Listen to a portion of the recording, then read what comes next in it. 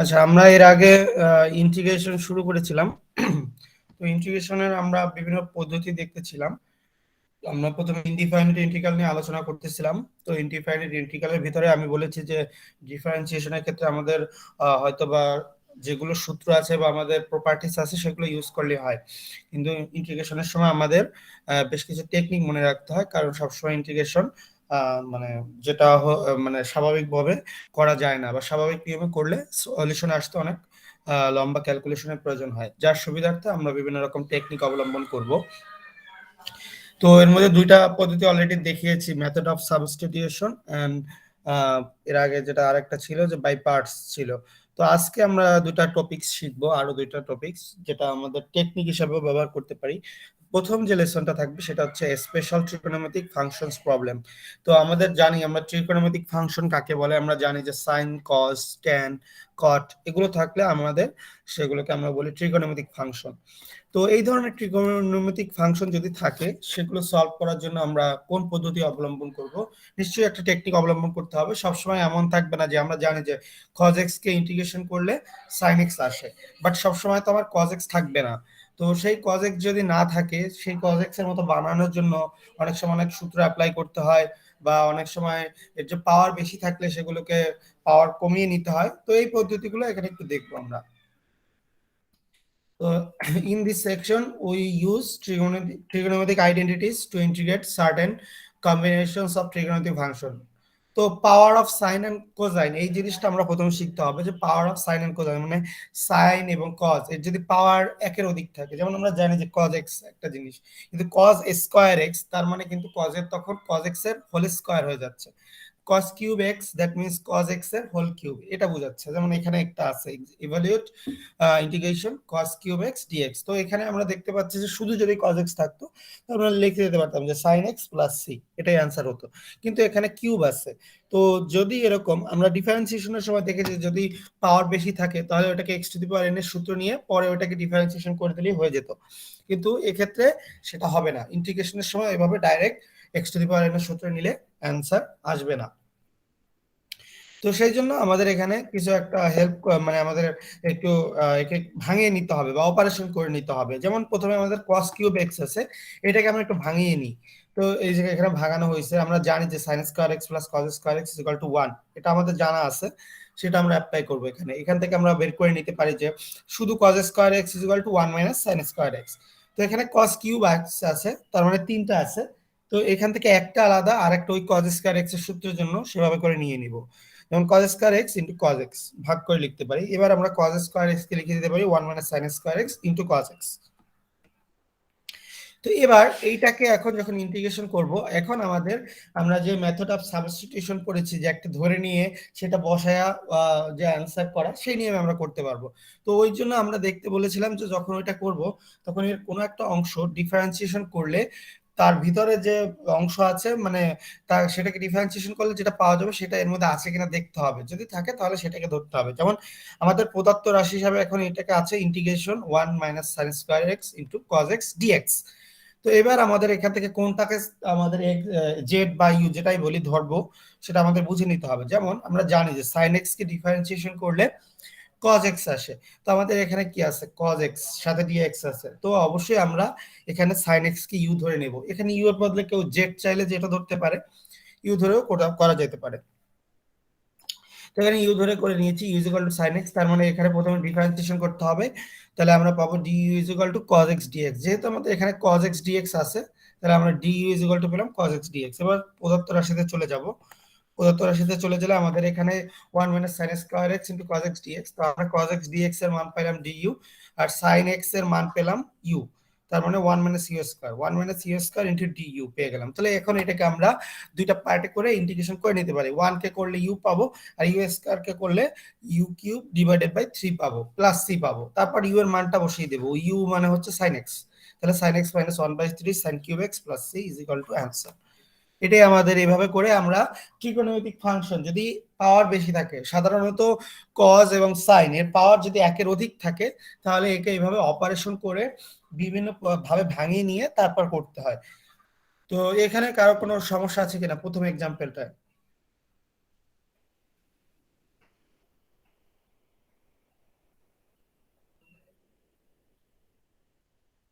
না স্যার। আচ্ছা, আমি তাহলে পরবর্তীতে যাচ্ছি। এখানে আরো আছে, এক্সাম্পল 2 তে আছে integration sin two the power 5x into cos x dx। তো প্রথম কাজ আমি বলেছি যে সাইন বা cos এর পাওয়ার যদি একের অধিক থাকে তাহলে সেটাকে আমাদের ওইভাবে ফরমেশন করে নিতে হবে বা একটু অপারেশন করে নিতে হবে। তো দেখা যাচ্ছে যে এখানে cos স্কয়ার x আছে আর এখানে sin two the power 5x আছে, তার মানে sin two the power 5x কে আমাদের ভাঙাইতে হবে। তো আমরা একটু ভাঙাই। এটাকে যদি ভাঙানো যায়, প্রথমে এটা ভাঙায় নিতে হবে। কেউ যদি চায় সেটাকে ইন্টিগ্রেশন ছাড়াও ভাঙায় নিতে পারে অথবা ইন্টিগ্রেশন রেখেও ভাঙায় নিতে পারে, সমস্যা নাই। তো যেহেতু আমাদের একটা কথা আমাদের এখানে মাথায় রাখতে হবে যে আমাদের জানতে হবে যে sign square x cos square x এর সূত্র আছে। তো সেই হিসাবে আমাদের এটাকে সাজায় নিতে হবে। তাহলে সাইন টু দি পাওয়ার 5 আছে, তাহলে ওটাকে যদি আমি লিখি সাইন স্কোয়ার এক্স এর হোল স্কোয়ার, তার মানে এখানে চারটা পাওয়ার চলে গেল, শুধু থাকলো একটা সাইন এক্স। লিখে নিলাম sine x into cos square x, লিখে দিচ্ছি। তো এবার আমাদের দেখতে হবে আমরা এবার সাইন স্কোয়ার এক্স কে ভাঙাবো না কজ স্কোয়ার এক্স কে ভাঙাবো। কারণ আমাদের এখানে শুধু আছে যে খালি যে অংশটা আছে এটার দিকে আগে খেয়াল করতে হবে, শুধু সাইন এক্স আছে। তো এই সাইন এক্স কে যদি আমি ইউ ধরে নিই, তাহলে সাইন এক্স কে যদি ইউ ধরে নিই তাহলে সাইন এক্স কে ডিফারেন্সিয়েশন করলে আসবে কজ এক্স। তাহলে আমাদের বাকি যত অংশ আছে সবগুলোকে কজে কনভার্ট করে নিতে হবে। তো যেহেতু এখানে কজ স্কোয়ার এক্স আছে, এটাকে আমার কনভার্ট করার দরকার নাই। তো এবার এইটাকে আমাদের এখানে ভাঙাইতে হবে, যে সাইন স্কয়ার এক্স আছে এটাকে আমরা ভাঙাই নিব 1 - কজ স্কয়ার এক্স। তো এটাকে ধরে ধরে নিলাম 1 - cos² x এর whole square into cos square x into sin x। তো এবারে এখান থেকে আমাদের ধরতে হবে কোনটাকে ধরবো, আমরা cos x কে ধরে নেব, কারণ আমরা তো sin x কে যদি ডিফারেন্সিয়েশন করি তাহলে cos x পাবো। কিন্তু 1 - cos² x এখানে অনেকগুলো অংশ আছে, শুধু যেটা আছে খালি অংশটা আছে এইটা আমার dx এর সাথে থাকবে। যেমন এরকম sin square x in whole square cos square x sin x dx। তাহলে এই sin x dx এটাকে ডিফারেন্সিয়েশন করলে পরে যেটা পাওয়া যাবে সেটা হবে এটা। তাহলে আমরা cos x কে যদি u ধরে নিই তাহলে এই যে যেটা আমরা ভাঙাইছি সেটা এখানে ভাঙাই লিখছি 1 - cos square x whole square into cos square x into sin x into dx। তাহলে এবার আমরা ধরে নিব, এবার আমরা ধরে নেব যে cos x is equal to u, that means 1 - u square whole square into u square. আর যদি আমরা cos x কে u ধরি তাহলে ডিফারেন্সিয়েশন করলে পাবো মাইনাস sin x dx। তো মাইনাস যেহেতু পাবো তাহলে এখানে মাইনাস du পাওয়া যাবে, যেহেতু sin x dx আছে মাইনাস du পাওয়া যাবে। মাইনাসটা বাইরে নিয়ে যাব, তারপর গুণ করে নিব। তাহলে এই পুরো অংশটাকে এবার ইন্টিগ্রেশন করে দিয়েছি, করে দিলে এটা চলে আসবে x to the power N এর সূত্র অনুসারে। তারপর লাস্টে যে ইউ এর জায়গায় আবার cos x বসিয়ে দিব, এই যে বসিয়ে দিলাম, অ্যান্সার চলে আসলো। খুবই সিম্পল জিনিস, কিন্তু ক্যালকুলেশন রয়েছে বেশ কিছু, কোনটাকে ধরতে হবে বা কতটুকু ভাঙায় নিতে হবে এটুকু একটু খেয়াল রাখতে হবে। তো এখানে আরো এক্সাম্পল আছে, যেমন sin two the power 4x dx আছে, তো এটাকেও এভাবে আমরা ভাঙাই নিব। প্রথমে sin স্কয়ার x এর হোল স্কয়ার।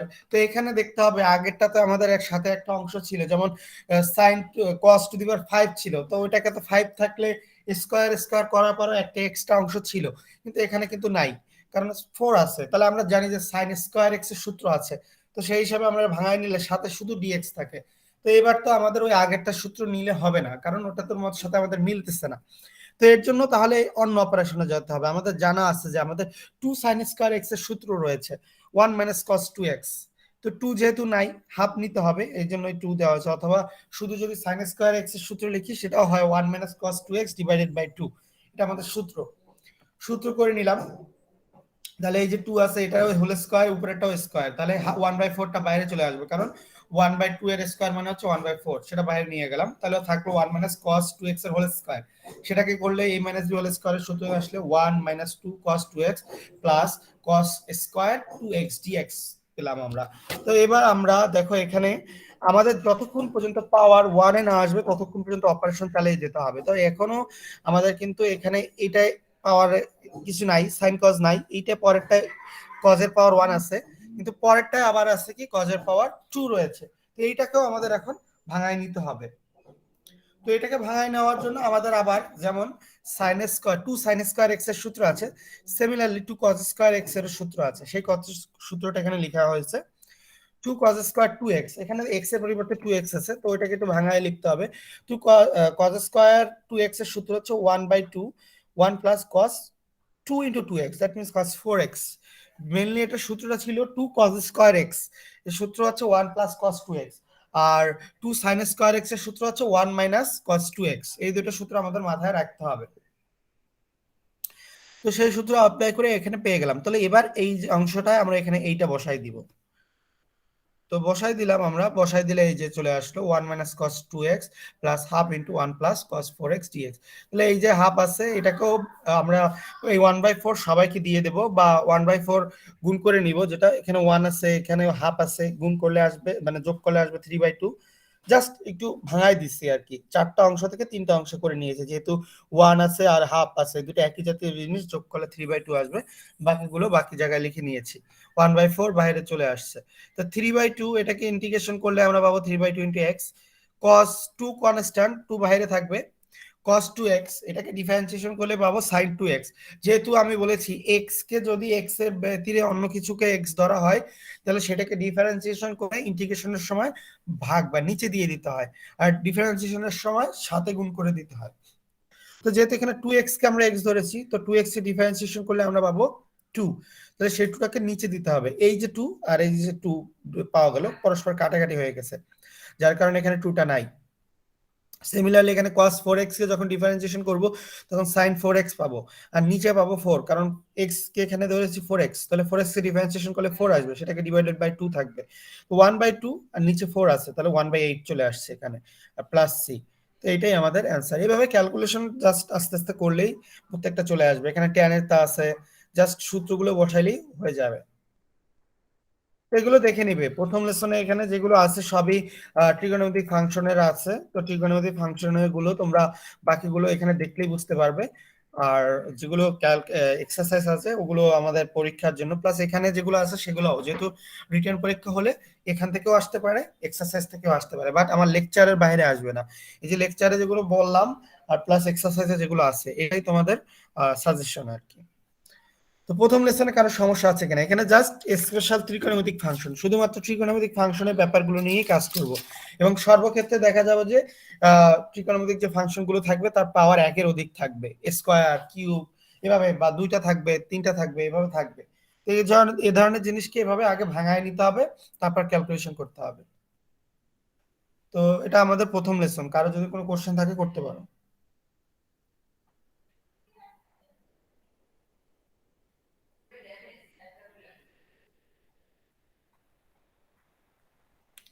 আচ্ছা, আমি সেকেন্ড লেসনে যাই। এটা আশা করি সমস্যা থাকার কথা না, তারপর। আচ্ছা, যেটা আছে এর পরেরটা হচ্ছে রেশনাল ফ্র্যাকশন। তো ওখানে আমি যখন বলেছিলাম রেশনাল ফ্র্যাকশন সম্পর্কেও আমার ধারণা বলা ছিল যে রেশনাল ফ্র্যাকশন থাকবে। রেশনাল ফ্র্যাকশন হচ্ছে এমন জিনিস, রেশনাল মানে হচ্ছে ভাগ করে নেওয়া, যেমন হর আর লব আকারে ভাগ করে নেওয়া। যেমন আমরা হরকে বলি কি ডিনোমিনেটর, আর লবকে বলি নিউমিনেটর। তো এই দুটো অংশ, এটাকে এভাবে ম্যাথমেটিক্যালি লেখা হয় p/x divided by q/x। P হচ্ছে এখানে লব, px যেটাকে বলা হচ্ছে, এটা অবশ্যই একটা ভেরিয়েবল ফাংশন থাকবে, আর এখানে হচ্ছে কিউ এক্স হচ্ছে এখানে হর, যেটাকে ডিনোমিনেটর বলা হয়। তো এই যে হর আর লব আকারে থাকলে সেটাকে যোগ বিয়োগ আকারে লেখা যায়, যেটাকে আমরা আংশিক ভগ্নাংশ নামে চিনি। তো সেই আংশিক ভগ্নাংশের ইংরেজি নাম হচ্ছে রেশনাল ফ্র্যাকশন।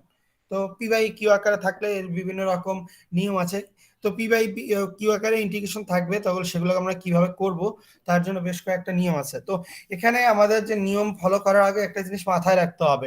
এখানে যেহেতু পি এক্স আর কিউ এক্স আছে, তো এখানে দেখতে হবে এক্স এর পাওয়ার কার বেশি। যার পাওয়ার বেশি তার উপর ডিপেন্ড করবে যে আমরা কোন ধরনের রুল অ্যাপ্লাই করব।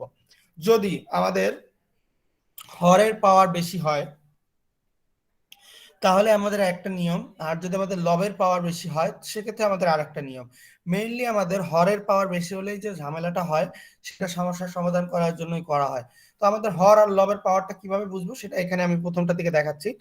যেমন এখানে x² আছে উপরে আর নিচে আছে x, তাহলে এখানে সর্বোচ্চ ঘাত কার রয়েছে? x এর সর্বোচ্চ ঘাত 2 আছে, এবং সেটা আছে আমাদের লবে। তাহলে এখানে আমরা বলতে পারি যে আমাদের লবের পাওয়ার বেশি, হরের পাওয়ার কম। তো সেক্ষেত্রে যদি হয়, তাহলে প্রথমে আমাদের লবের পাওয়ারটাকে ছোট বানায় নিতে হবে, কম করে নিতে হবে, তারপর আমাদের যে রেশনাল ফ্র্যাকশন আছে সেই সূত্রগুলো অ্যাপ্লাই করতে হবে। কিন্তু কোনো কারণে যদি লবের মানে হরের পাওয়ার বেশি হয়ে যায়, যেমন আমি নিচে এক্সাম্পলে দেখাই,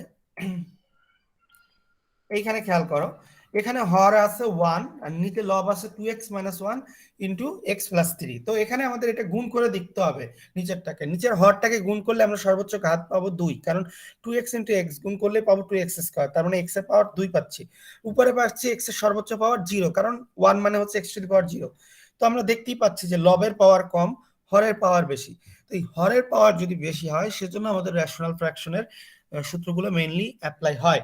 তো আমি এইটা আগে দেখাচ্ছি আর এক্সাম্পল 1 2 আমি লাস্টে দেখাচ্ছি, কারণ আমি যেটা বলতেছি আমাদের হরের পাওয়ার যদি বেশি হয় তার জন্য আমাদের 4টা বা 5টা সূত্র আছে, সেগুলো আমরা রেশনাল ফ্র্যাকশনে মেইনলি ব্যবহার করি।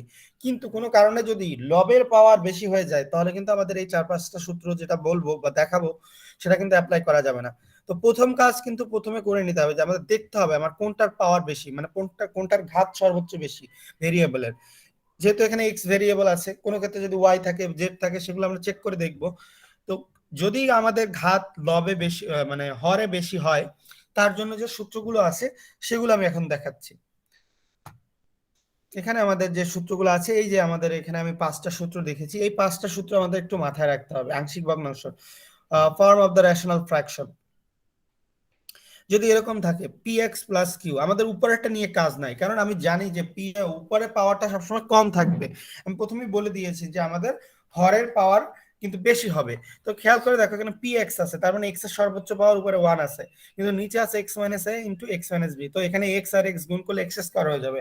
তাহলে আমি প্রথম কাজ প্রথমে করে নিলাম যে আমাদের হরের পাওয়ারটা বেশি আছে। এবার হরের পাওয়ারটা বেশি থাকলে আমাদের কিভাবে করতে হবে সেটা দেখবো। তো এবার দেখতে হবে আমাদের যে হর আছে এই হরে আমাদের কয়টা অংশ আছে। এভাবে থাকবে x-a, x-b, বা এরকম আমাদের ওখানে যেমন দেখেছি x-1 বা 2x-1, এভাবে 2x+2 এভাবে থাকবে। তো সেগুলোকে আমাদের পার্ট পার্ট করে নিতে হবে এবং মাঝখানে যোগ হবে। আর উপরে আমাদের দুইটা কনস্ট্যান্ট ধরে নিতে হবে, যে কয়টা অংশ থাকবে সে কয়টা কনস্ট্যান্ট ধরে নিতে হবে। যেমন এখানে দুইটা অংশ আছে। আর 3 নাম্বারটা খেয়াল করে দেখো, এখানে কিন্তু x-a, x-b আছে, x-c আছে, তাহলে 3টা পার্ট আছে, তো এর জন্য 3টা ভেরিয়েবল ধরবো, যে a by x-a plus b by x-b plus c by x-c। আবার এখানে যেমন দুইটা আছে তাহলে হবে a by x-a plus b by x-b। তো এই নিচে হরে যে কয়টা পার্ট থাকবে সেই কয়টা ভেরিয়েবল নিব এবং সেই কয়টা অংশ হবে, এটা মাথায় রাখতে হবে। তো প্রথমটাতে দুইটা ছিল দুইটা, 3 নাম্বারটায় 3টা ছিল 3টা নিয়েছি। এবার কোনো কারণে যদি এখানে দেখো x-a x-b আছে, এখানে কিন্তু কখনো হোল স্কয়ার নাই, যেমন x-a এর হোল স্কয়ারও তো থাকতে পারে, অথবা x-b এর হোল কিউবও তো থাকতে পারে।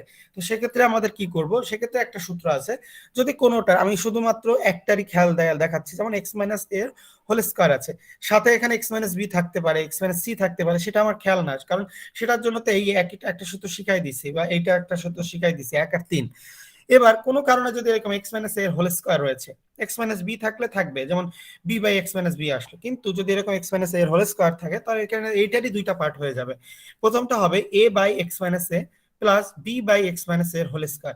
যদি এখানে x-a এর হোল কিউব থাকতো তাহলে এভাবে হতো a by x-a plus b by x-a এর whole square plus c by x-a এর হোল কিউব। এরপরে যদি এখানে x-b থাকতো তাহলে হতো d বাই x-b। এভাবে যে কয়টা অংশ থাকবে সে কয়টা অংশ আমরা লিখে নিব। যেমন এখানে এই 4 নাম্বারটা আবার সেটা সেভাবেই দেখানো হয়েছে, যেমন x-a এর হোল স্কয়ার সাথে আছে x-b, যেটা আমি বললাম, তাহলে হলো কি a by x-a plus b by x-a whole square plus c by x-b। তো এরপরে যদি x-c আবার থাকতো তাহলে হতো প্লাস d বাই x-c। তো এইভাবে যে কয়টা অংশ থাকবে এভাবে সাজাই নিব আমরা। কিন্তু এর মধ্যে যদি আবার এরকম থাকে, যেমন আমরা দেখলাম এর বাইরে স্কোয়ার থাকলো, সেটা আমরা সমস্যা সমাধান করলাম। কিন্তু কোনো ক্ষেত্রে যদি এরকম থাকে x² - a অথবা x² plus bx plus c, যাই থাকুক এরকম থাকে যদি, তাহলে আমরা কি করব? তো সেক্ষেত্রে আমাদের করতে হবে কি, যেটা খালি অংশ থাকবে সেটা আমরা লিখে নেব, যেমন a বাই x-a এটা তো লিখে নিলাম। এবার যেটা স্কোয়ার থাকবে তার জন্য দুইটা ভেরিয়েবল পাবো, এভাবে লেখা হয় সেটার জন্য। যদি এরকম ভিতরে স্কোয়ার থাকে, যেমন x-a হলে এটা কিন্তু বাইরে স্কোয়ার, কিন্তু যেখানে যদি থাকতো x² - a তাহলে কি হতো, bx plus c divided by x² - a, অথবা x² plus bx plus C যা থাকুক, এখানে bx প্লাস সি না থেকে যদি x² - 1 থাকতে পারে, x² - 5 থাকতে পারে, সেটা অন্য জিনিস। যেটাই থাকুক এর জন্য সূত্র হচ্ছে bx প্লাস সি। তো এইভাবে করে আমাদের এই 5টা যে সূত্র আছে এই 5টা সূত্র আমাদের মাথায় নিয়ে নিতে হবে। তো এই 5টা সূত্র বুঝতে কারো কোনো সমস্যা আছে কিনা?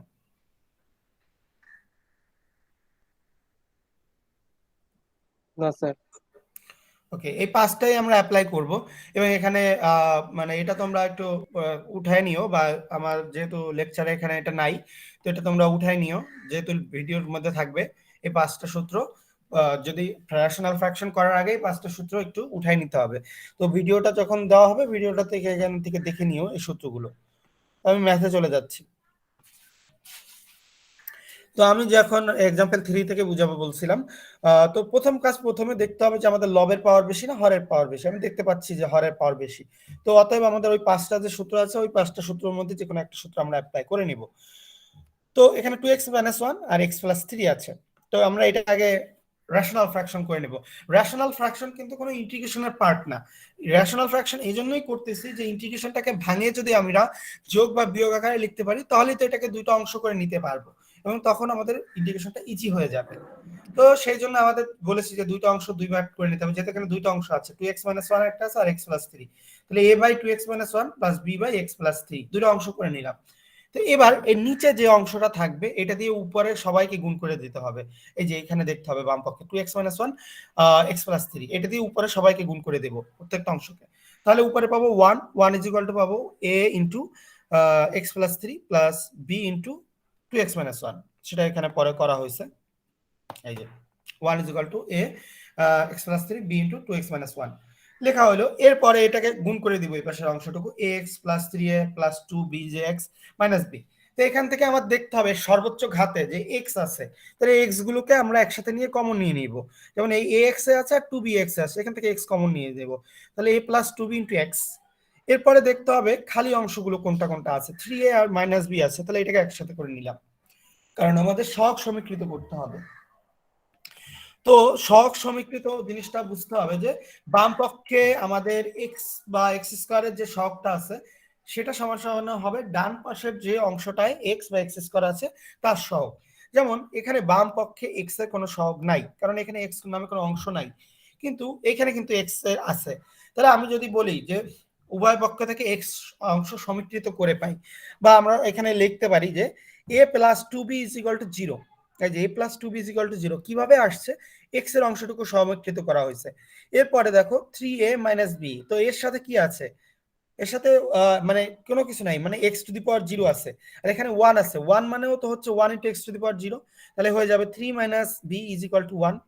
এভাবে করে আমরা অংশগুলো পার্ট পার্ট করে নিলাম। কোনো ক্ষেত্রে যদি এক্স স্কোয়ার থাকতো, কমন নিয়ে নিতাম, এপাশে বাম পক্ষে মিলাতাম, ডান পাশে মিলাতাম, এভাবে সহগ সমীকৃত করে নিব। তো এবার আমাদের কাজ কি হবে, এ আর বি এর মান নির্ণয় করা। তোমরা ক্যালকুলেটরে সিম্পলি বসাইলেই এখান থেকে এ আর বি এর মান পেয়ে যাবে। তোমরা যেহেতু ক্যালকুলেটর ইউজ করতে পারবে, বসিয়ে করে নিবে। তাহলে এ এর মান পেলাম 2/7, আর বি এর মান পেলাম -1/7। তাহলে এই মানগুলো এবার কোথায় বসাবো, যেখানে ধরে নিয়েছি এই অংশে এ এর জায়গায় মান বসাই দেবো, বি এর জায়গায় মান বসাই দিব। এই যে, তো এইটা ইজ ইকুয়াল টু আমরা পেলাম স্যার ক্যালকুলেটরের ক্ষেত্রে 2/7 কি কোনো 2x রেস্ট্রিকশন 1। আছে? না না না, এখানে তোমাদের তো ক্যালকুলেটর ব্যবহার করতে পারবো, সমস্যা নেই। মানে স্যার কত এমএস ব্যবহার করতে পারবো, হাইস্টটাও? হ্যাঁ, তোমরা এখানে তেমন কোনো সমস্যা নাই, কারণ ক্যালকুলেটরের ব্যাপারে কোনো রেস্ট্রিকশন দেওয়া নাই ইউনিভার্সিটি লেভেলে। Okay sir, thank you sir. আচ্ছা, বাট কেউ যদি ক্যালকুলেটরে নকল করে আনে বা ক্যালকুলেটর করে আনে, সে যদি মানে সেটা করে, সেটা তো অবশ্যই গঠিত কাজ, সেটা তো অবশ্যই দেখা হবে, তাই না? বাট কেউ যদি সিম্পলি মনে করে যে আমি ক্যালকুলেটর হাইয়েস্ট লেভেলে ব্যবহার করব, সেটা করতে পারবে, সমস্যা নেই। হ্যাঁ, তো এখান থেকে আমি মানগুলো পেয়ে গেলাম। এবার আমরা ইন্টিগ্রেশনে চলে আসবো, যেটা আমাদের ইন্টিগ্রেশন ছিল। তো আমাদের ইন্টিগ্রেশন ছিল এই অংশটা। তাহলে এবার আমাদের এই যে 2/7 আর 1/7, এটা কনস্ট্যান্ট বাইরে চলে যাবে, আমরা প্রথমেই জানি। তাহলে ডিএক্স বাই 2x-1, আর এখানে পেলাম ডিএক্স বাই x+3। আমরা জানি যে এটা আমাদের লনের সূত্র বা লগের সূত্র যেটাই বলি, লগের সূত্র পাইলাম আমরা এখানে 1/2x-1। আমরা বলেছি যে 1/x is equal two ln x। X এর পরিবর্তে যেটাকেই আমরা এক্স ধরবো, এক্স ব্যতীত অন্য যেটাকেই আমরা এক্স ধরবো, সেটাকে ডিফারেন্সিয়েশন করে ইন্টিগ্রেশনের সময় ডিভাইডেড বাই আকারে দিতে হবে। যেমন এখানে 2x-1 কে এক্স ধরেছি, তো এটাকে ডিফারেন্সিয়েশন করলে আমরা পাবো 2। তো সেটাকে ডিভাইডেড বাই আকারে দিতে হবে, যার কারণে এখানে হাফ আসছে, এই যে 2টা নিচে ছিল।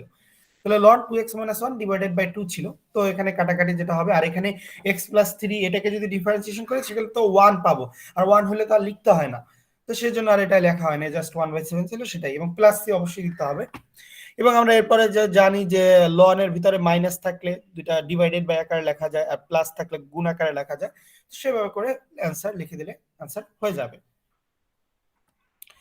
এরপরে এখানে আরো আছে এক্সাম্পল, যেমন এক্সাম্পল 4 আছে, এখানে এক্স স্কয়ার আছে, উপরে পাওয়ার সর্বোচ্চ আছে 2, কিন্তু এখানে দেখো একটা দুইটা তিনটা, যে কয়টা থাকবে তার সর্বোচ্চ ঘাত ততটা হয়ে যাবে, তার মানে এটা গুণ করলে সর্বোচ্চ থেকে 3 হয়ে যাবে।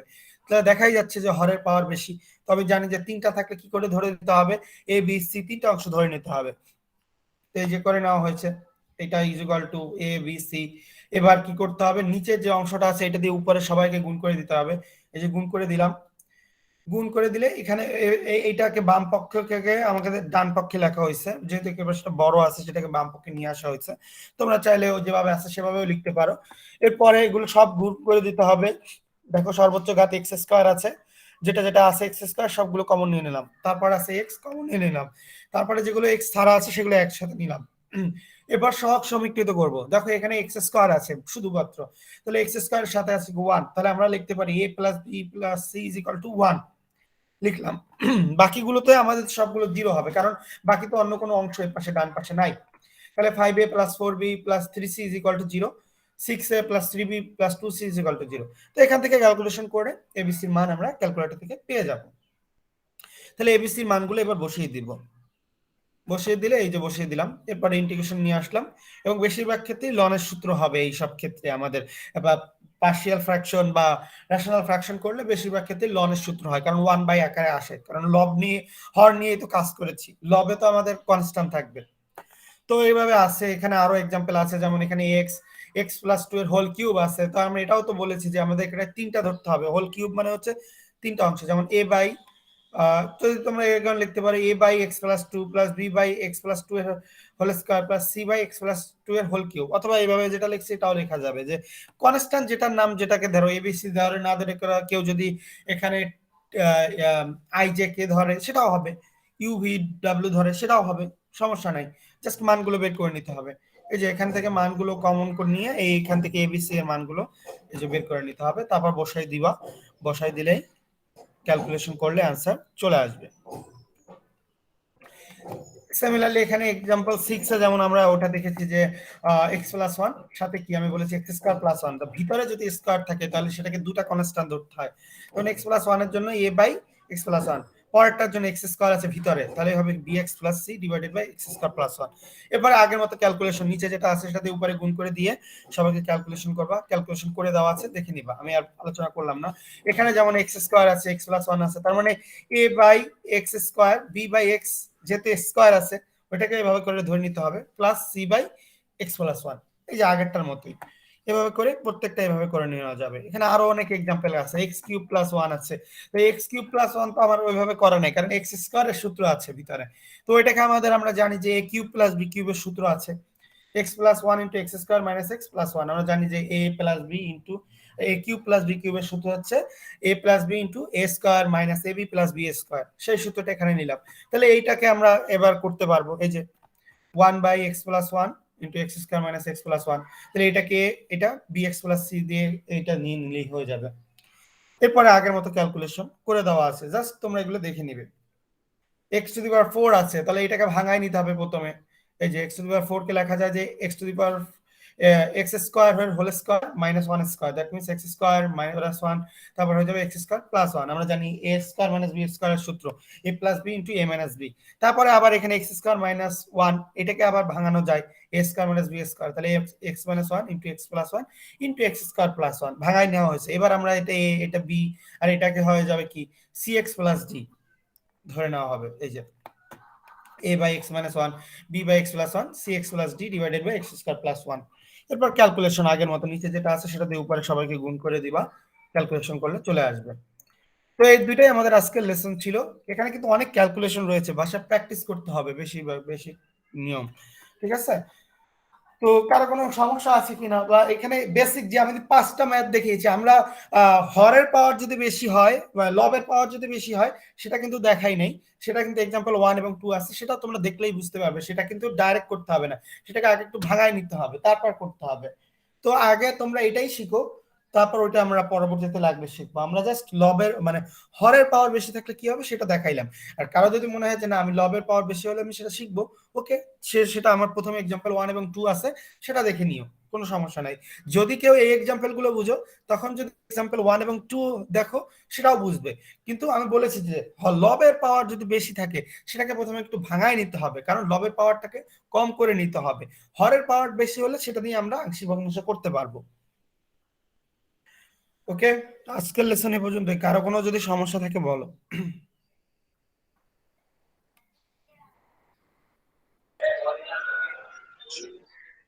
স্যার অ্যাটেন্ডেন্সটা কিভাবে দিব? অ্যাটেন্ডেন্স, আগের মতোই। হ্যাঁ এখানেই দাও অ্যাটেন্ডেন্স।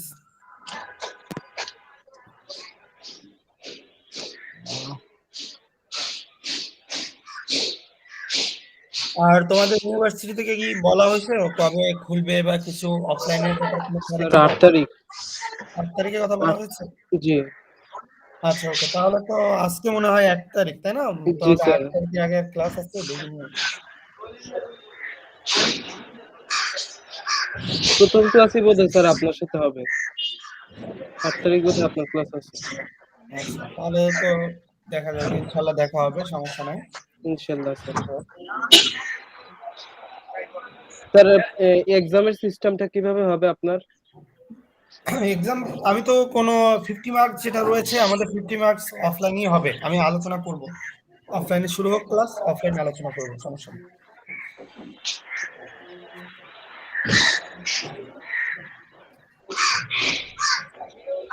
স্যার অফলাইন ক্লাসগুলো কি রেকর্ড থাকবে স্যার? না হলে না না, অফলাইন ক্লাস তো আর রেকর্ডের উপায় নাই, তাই না? অফলাইন ক্লাসে তো আর রেকর্ড হয় না। সমস্যা নাই, কারো যদি মনে হয় যে আমি লেসন যেগুলো বাকি আছে সেটা যদি দেখতে হয়, আমার ওই যে ইউটিউবটা আছে ওখানে দেওয়া আছে লেকচারগুলো, ঠিক আছে? ওটা দেখে নিলেই হবে, আগের ক্লাসের লেকচার দেওয়া হয়। Okay sir. আচ্ছা, সবাই আইডি দেওয়া হলে লিভ নিতে পারো আজকে ক্লাস থেকে।